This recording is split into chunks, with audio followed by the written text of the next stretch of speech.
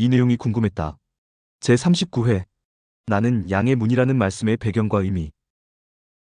요한복음 10장 7절에 예수님께서 내가 진실로 진실로 너희에게 말하노니 나는 양의 문이라라고 말씀하시는 기록이 있습니다. 예수님께서 자신을 일컬어 양이 드나드는 문이라고 말씀하십니다. 어찌 보면 자신을 양의 문이라고 하는 이 말씀은 아무리 비유라고는 하지만 생뚱맞은 말씀이라고 할 수 있습니다. 그러나 이 말씀이 등장하기 이전 요한복음 9장에 어떤 내용이 있었는지를 확인하면 예수님의 이 말씀은 전혀 생뚱맞은 말씀이 아닙니다. 요한복음 9장은 날 때부터 맹인이었던 사람을 예수님께서 실로암 연못에서 고쳐주시는 내용입니다.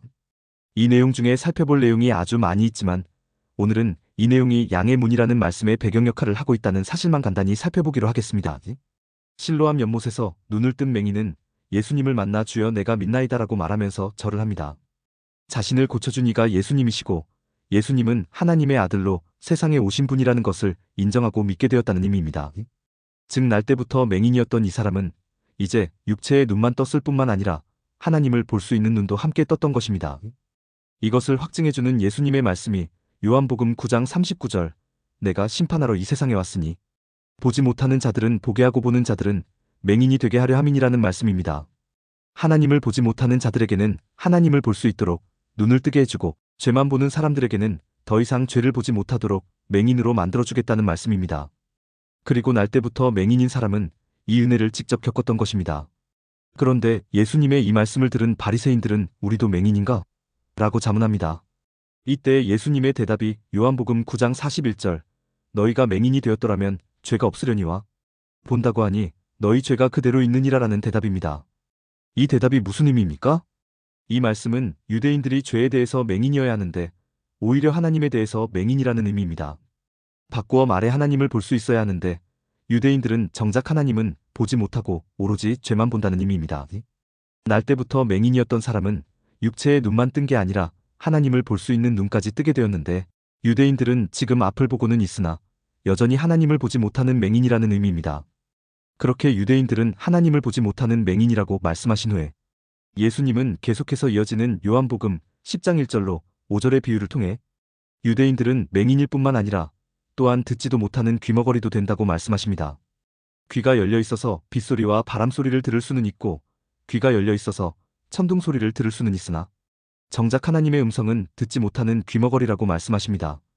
이 비유를 보면 양의 특징이 나와 있습니다. 양의 특징을 어떻게 기록하고 있습니까? 요한복음 10장 3절 양은 그의 음성을 듣나니라고 기록하고 있고 요한복음 10장 4절 양들이 그의 음성을 아는 고로 따라오되라고 기록하고 있고 요한복음 10장 5절 타인의 음성을 알지 못하는 고로 타인을 따르지 아니하고 도리어 도망하느니라라고 기록하고 있습니다. 그렇습니다. 양은 목자의 음성을 들을 수 있습니다.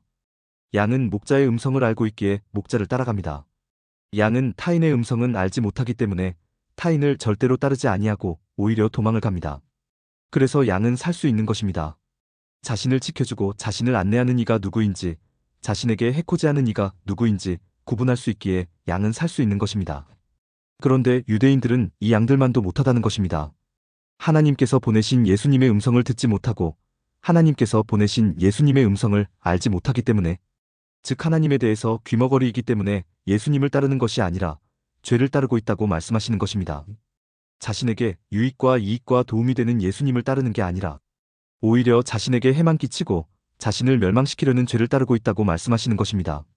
그러나 유대인들은 예수님의 이 말씀을 전혀 이해하지 못합니다. 요한복음 10장 6절 예수께서 이 비유로 그들에게 말씀하셨으나 그들은 그가 하신 말씀이 무엇인지 알지 못하니라라는 기록처럼 예수님의 비유를 전혀 이해하지 못합니다. 왜 그렇겠습니까? 그 이유는 아주 간단합니다. 하나님에 대해서 맹인이고 하나님에 대해서 귀머거리이기 때문입니다. 하나님에 대해서 죽어있는 자이기 때문입니다. 그런데 하나님을 보지 못하는 사람에게 하나님을 왜 못 보느냐고 꾸중해서는 안 됩니다. 하나님의 음성을 듣지 못하는 사람에게 하나님의 음성을 왜 듣지 못하냐고 책망해서는 안 됩니다. 꾸중한다고 해서 책망한다고 해서 비판이나 비난한다고 해서 보지 못하는 사람이 볼 수 있는 것이 아니고 듣지 못하는 사람이 들을 수 있는 게 아니기 때문입니다. 그런 사람들에게 필요한 것은 가르침이지 꾸중이나 책망이나 핀잔이나 비판이나 비난이 절대로 아닙니다. 예수님은 비유를 이해하지 못하는 유대인들에게 요한복음 10장 7절로 8절 그러므로 예수께서 다시 이르시되 내가 진실로 진실로 너희에게 말하노니 나는 양의 문이라. 나보다 먼저 온 자는 다 절도요 강도니 양들이 듣지 아니하였느니라라고 말씀하십니다. 예수님 자신은 양이 안전하게 드나들 수 있는 양의 문이고 예수님 자신보다 먼저 온 자는 다 절도요 강도라고 가르쳐 주십니다. 여기서 반드시 이해하고 넘어가야 하는 것이 예수님보다 먼저 온 자가 과연 누구냐는 것입니다. 예수님보다 먼저 온 자는 다 절도요 강도라고 하셨는데 이 먼저 온 자들이 과연 누구냐는 것입니다. 많은 사람들은 먼저 온 자를 구약 중간 시대로부터 예수님 시대에 이르기까지 나타난 거짓 선지자들과 거짓 메시아라고 설명하곤 합니다. 구약에서 예언된 메시아가 바로 자기 자신이라고 사람들을 미혹했던 자들이 예수님보다 먼저 온 절도요 강도라고 설명하곤 합니다. 완전히 틀린 말은 아닙니다. 그러나 예수님께서 말씀하시는 먼저 온 자는 유대교입니다. 예수님 당시 이스라엘의 정치, 경제, 사회, 문화 등 모든 영역을 장악하여 지배하고 있는 유대교입니다. 하나님 자체를 왜곡하고 있고 하나님의 원리를 왜곡하고 있는 유대교입니다. 죄의 원리로 대표되는 유대교입니다. 그 유대교의 근거에서 살아가고 있는 제사장들, 바리새인들, 서기관들이 바로 예수님보다 먼저 온 자들입니다.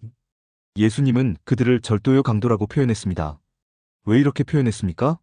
실제로 그들이 절도를 하고 강도를 했기 때문입니다. 아시다시피 절도는 남의 것을 훔치는 일입니다. 강도는 남에게 신체적인 피해까지 주면서 남의 것을 훔치는 일입니다. 유대교가 바로 이랬습니다. 유대교는 그릇된 원리로 백성들을 세뇌하여 백성들의 재산을 가로챘고 심지어는 위협과 협박을 일삼으며 백성들의 재산을 가로챘기 때문에 절도요 강도라고 표현한 것입니다. 그러나 예수님께서 말씀하시는 절도요 강도라는 표현은 이 차원을 넘어서고 있습니다. 유대교가 이스라엘 백성들의 것을 절도하고 강도했다는 차원을 넘어서서 유대교가 하나님의 백성을 절도하고 하나님의 백성을 강도했다고 예수님은 말씀하시는 것입니다. 하나님을 왜곡하고 하나님의 원리를 왜곡해서 하나님의 백성들을 죄의 원리를 따르는 백성들로 타락시켰다고 말씀하시는 것입니다. 그렇습니다. 예수님보다 먼저 온 자는 바로 예수님 당시 그 타락이 절정에 달했던 유대교이고 유대교 종교 지도자들입니다. 그런데 8절 양들이 듣지 아니하였느니라라는 말씀이 이해가 안 갑니다.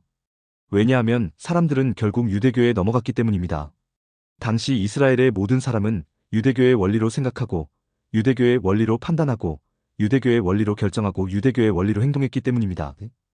유대교의 말을 듣지 않는 사람들은 살아갈 수 없는 사회였습니다. 그런데도 예수님은 양들이 듣지 아니하였느니라라고 말씀하십니다. 이것이 이상합니다. 사실 이 말씀은 양들 같았으면 먼저 온 자의 음성을 듣고 이들이 절도요 강도라는 것을 알아차리고 속아 넘어가지 않았을 터인데 유대인들은 모두 속아 넘어갔다는 의미입니다. 유대인들은 하나님에 대해서 맹인이고 유대인들은 하나님에 대해서 귀머거리이기에 유대인들은 모두 속아 넘어갔다는 의미입니다. 즉 유대인들 너희는 양보다도 못하다고 말씀하시는 것입니다. 그래서 예수님은 자신을 양의 문이라고 자신의 정체성에 대해 말씀하십니다. 양들이 오직 양의 문을 통하여 드나들며 꼴을 얻을 수 있듯이 하나님을 볼 수 있고 하나님의 음성을 들을 수 있는 유일한 길은 오직 예수님 자신을 통해서만 가능하다고 말씀하십니다. 오직 예수님으로서만 말미암아 죄에서 자유할 수 있는 구원을 얻을 수 있다고 말씀하십니다. 유대교는 사람들을 착취하고 사람들을 죽음으로 내몰고 사람들의 삶을 황폐하게 만들지만 예수님은 사람들에게 생명을 줄 뿐만 아니라 사람들의 삶을 더욱 풍성하게 해주신다고 말씀하십니다.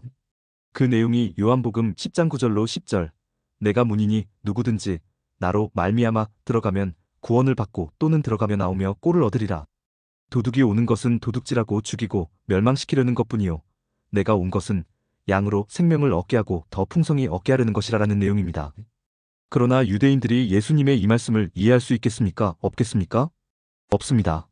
자신들이 유대교로 인해 좀 더 확장하면 죄로 인해 멸망의 길을 가고 있다는 예수님의 말씀을 이해할 수 있겠습니까? 없겠습니까? 없습니다. 하나님을 보고 하나님의 음성을 들으려면 예수님을 통해 죄로부터 해방되어야 한다는 예수님의 말씀을 이해할 수 있겠습니까? 없겠습니까? 없습니다. 왜 그렇습니까? 유대인들은 하나님에 대해서 맹인이며 하나님에 대해서 귀머거리이기 때문입니다. 죄인의 심각성에 대해서 이야기할 때 죄인이 죄에게 사로잡혀 있다는 사실 자체보다 훨씬 더 심각한 것은 죄인은 자신이 죄에게 사로잡혀 있다는 것을 모른다는 사실입니다. 죄에게 사로잡혀 있다는 것을 알고 있고 죄에게 사로잡혀 있다는 것이 나의 멸망을 의미한다는 것을 알고 있으면 어떻게든 죄에게서 벗어나려고 몸부림칠 것입니다. 어떻게든 죄의 지배와 죄의 통치로부터 빠져나오기 위해서 수고와 노력을 아끼지 않을 것입니다. 그러나 사람은 자신이 죄인인지 알지 못합니다. 자신이 죄에게 사로잡혀 있다는 것을 알지 못합니다. 죄가 사람을 조종하기 때문입니다. 네가 옳은 거야. 너의 생각, 너의 판단, 너의 결정, 너의 행동이 옳은 거야. 이렇게 죄가 끊임없이 사람을 조종하기 때문입니다. 이렇게 죄의 조종을 받는 사람이 예수님의 말씀을 알아듣고 예수님의 말씀을 이해할 리가 만무합니다. 이런 사람 중에 가장 대표적인 사람이 바로 사도 바울이었습니다. 바울의 원래 이름은 사울이었습니다. 그런데 사울은 정말로 대단한 사람이었습니다. 오늘날로 치자면 이스라엘의 국회의원인 사람이었고 유대교의 지도자급에 속한 사람이었습니다. 정치인 중에 정치인이요, 지식인 중에 지식인이었습니다. 그러나 사울은 예수 그리스도의 도를 따르는 사람들을 무자비하게 탄압했습니다. 돌에 맞아 죽은 스데반의 시체를 자기 발 앞에 두고 죽어 마땅하다고 한 사람이었습니다. 사울이 자신이 죄인이라는 것을 모르니까, 사울이 죄가 자신을 조종하고 있다는 것을 모르니까 이런 끔찍한 일을 저지르는 것입니다. 당대의 최고 지식인이라고 할 수 있는 사울이 이러한데 일반 백성들이 예수님의 말씀을 알아듣고 이해하는 것은 불가능합니다.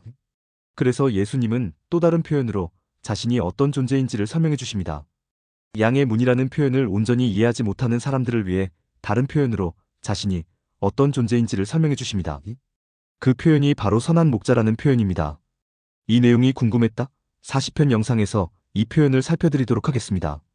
오늘 내용에 공감이 되었다면 구독과 좋아요, 알림 설정 부탁드립니다. 하나님의 말씀을 바르게 전하는 데 큰 도움이 될 것입니다. 평등하고 공정하며 정의롭고 행복한 세상을 이루는 데 큰 도움이 될 것입니다.